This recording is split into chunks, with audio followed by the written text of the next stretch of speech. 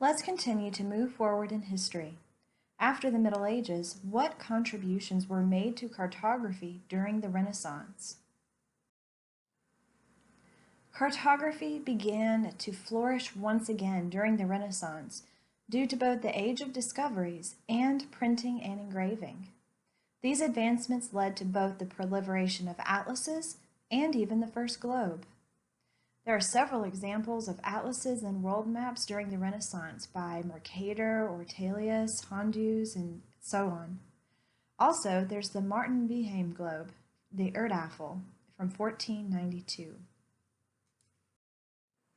Let's first take a look at Mercator's Nova ad Octa Orbis Terrae Descriptio from 1569, a beautiful work of art from the Renaissance. It was Mercator who introduced a cylindrical map projection that became the standard map projection known as the Mercator projection.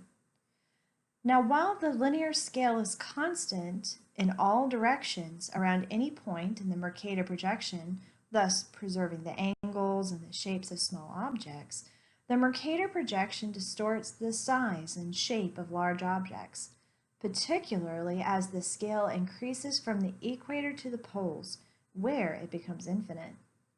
The title, which means New and Augmented Description of Earth Corrected for the Use of Navigation, and the map legends show that the map was expressly conceived for the use of marine navigation, which is unfortunately frequently forgotten. Here we see Theatrum Orbis Terrarum by Abraham Ortelius from 1570, a colorful and beautiful map again from the times. Ortelius's Theatrum Orbis Terrarum is considered to be the first true modern atlas. It's sometimes referred to as the summary of 16th century cartography. Many of his atlas maps were based upon sources that no longer exist or are extremely rare. Ortelius appended a unique source list, the Catalogus Auctorum, identifying the names of contemporary cartographers, some of whom would otherwise have remained obscure.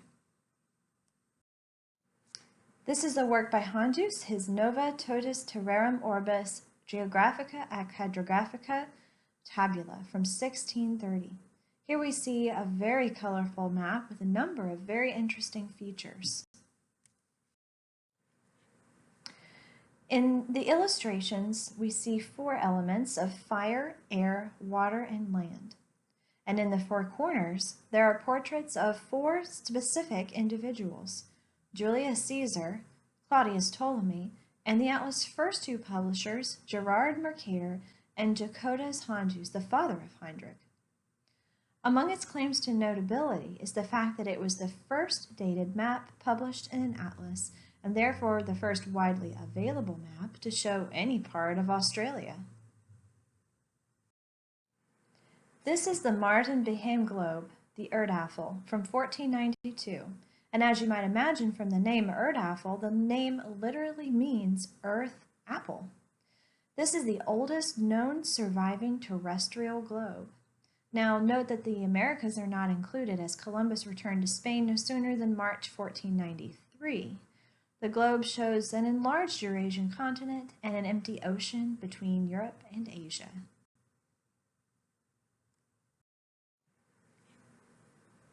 In the 18th and 19th centuries, we continue to see advancements in cartography, particularly through national surveys of countries. For example, the Ordnance Survey of Great Britain in 1801. This black and white map contains a lot of local detail that's not characteristic of many of the more general world maps before. We also saw during these centuries the development of methods for base mapping. A key method was triangulation. A series of measured baselines and angles are calculated with triangulation. As an example, consider the hand-drawn map of one side of the Valley of Vesdre by French geographers led by the Cassini family from 1745 to 1748.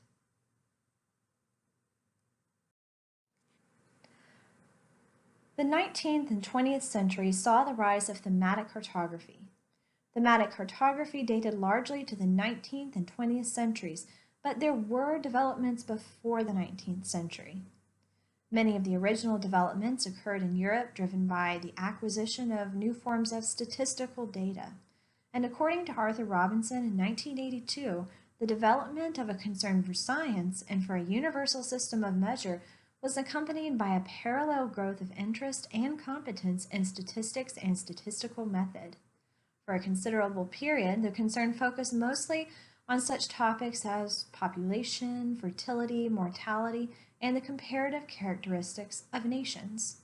These became very popular topics for thematic maps, but even before this, much of the earliest work in thematic cartography focused on the mapping of natural phenomena. Here we have several examples of creative thematic cartography. First, Edmund Halley's 1701 chart of compass variations in the Atlantic Ocean that uses isorhythmic lines, specifically known as isogones. Here we also see another work by Edmund Halley, his 1715 eclipse map that depicts the duration and timing of the eclipse and was widely distributed throughout England to help the population understand the path of this phenomenon. If you're wondering why the name Halley sounds familiar, this is the same person who discovered Halley's Comet. Here we see another example of creative thematic cartography by Heinrich Burghaus. This is his Physical Atlas of 1842 focused on Central America. This is Dubain-Triel's contour map of France from 1791. This in particular is one of the earliest contour maps of France.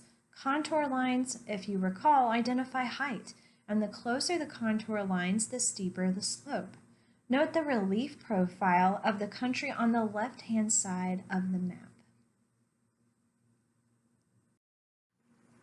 This is Alexander Johnston's 1852 map of the mountains, tablelands, plains, and valleys of Europe. Again, a thematic map focusing on physical features, the natural environment. Social cartography in the 19th and 20th centuries. Social cartography rapidly evolved with the acquisition of national-level statistics and involves mapping all types of human phenomena, but various aspects of the population were the focus in 19th century Europe. Seminal works include Frère de Montezon's population map of France from 1830 and d'Anville's map of the number of persons per square myrometer from 1836, and others. This is Frère de Montezon's population map of France from 1830. Note that in this particular example, the dot mapping technique is currently used. This is d'Anville's map of the number of persons per square myrometer in 1836. Note that the choropleth technique is used in this particular map. Cartographers and statisticians also began to map health data such as diseases and sanitation. The most famous example was Dr. John Snow's map depicting the spread of cholera in 1854.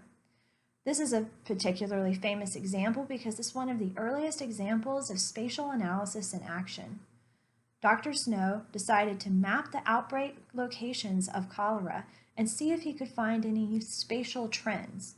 After discovering a couple anomalies in the distribution, it was discovered that people who were getting sick were all drawing from a common well, whereas others who were not sick were drawing from a different well. Once the contaminated well was closed, the number of cases of cholera dropped dramatically. Now that I have briefly outlined the history of major cartographic developments, let's take a break to watch a video showing the top 10 maps from history that changed the world.